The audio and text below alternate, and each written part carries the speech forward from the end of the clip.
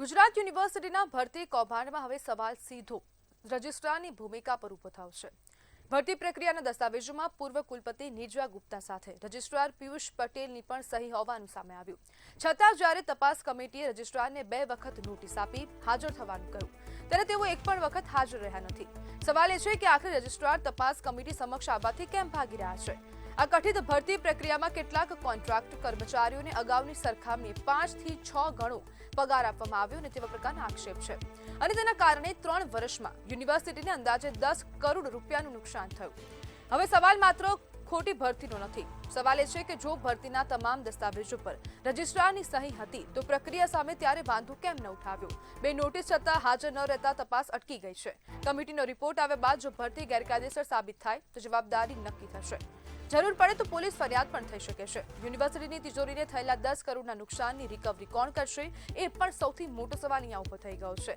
જ્યારે કુલપતિ જે હતા તેમને પણ હવે બરતરફ કરી દેવામાં આવ્યા છે। તેમના દ્વારા જે પણ ભરતી કરવામાં આવી છે તેને પણ હવે માન્ય રાખવામાં નથી આવી, રદ કરી દેવામાં આવી છે અને તમામની ઉપર ઇન્ક્વાયરી બેસાડવામાં આવી છે। તપાસ કમિટી તપાસ કરી રહી છે, છતાં પણ ક્યાંક ને ક્યાંક હવે અનેક સવાલો અહીંયા ઉભા છે। પૂર્વ કુલપતિ નિર્જા ગુપ્તા સામે પણ ગંભીર સવાલો છે કે તેમને આવા પ્રકારની ગેરકાયદેસર રીતે ભરતીઓ કેમ કરી, ભરતીમાં કૌભાંડ કેમ કર્યું અને સમગ્ર મામલે વિદ્યાર્થીઓ સમગ્ર મામલે મેદાનમાં ઉતર્યા છે। એબીવીપી હોય કે પછી એનએસયુઆઈ હોય, બંને વિદ્યાર્થી પાંખો તરફથી હવે ક્યાંક ને ક્યાંક વિરોધ પ્રદર્શનો થઈ રહ્યા છે, વારંવાર અવાજ ઉઠાવવામાં આવી રહ્યો છે।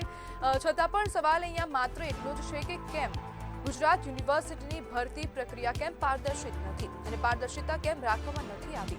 હવે જે જગ્યા પર બાળકોને ભણાવવાના છે, જે જગ્યા પર બાળકોનું હિત મુકાયેલું છે, તે જગ્યા પર તે બાળકોના હિતની વચ્ચે અધિકારીઓ કેમ પોતાનું હિત જોઈ રહ્યા છે? માત્ર ને માત્ર પોતાનું હિત જોતા જ ક્યાંક ને ક્યાંક હવે અન્ય જે સંસ્થાઓ છે, યુનિવર્સિટી છે, ખાસ કરીને યુનિવર્સિટીની તિજોરીને ખાસ કરીને નુકસાન પહોંચાડ્યું છે। 10 કરોડ રૂપિયાનું નુકસાન ગુજરાત યુનિવર્સિટીની તિજોરીને થયું છે। આ નુકસાનની ભરપાઈ કોણ કરશે તે પણ એક અહીંયા સવાલ ઉભો થઈ ગયો છે કે કેમ હવે પારદર્શિતા રાખવામાં નથી આવતી।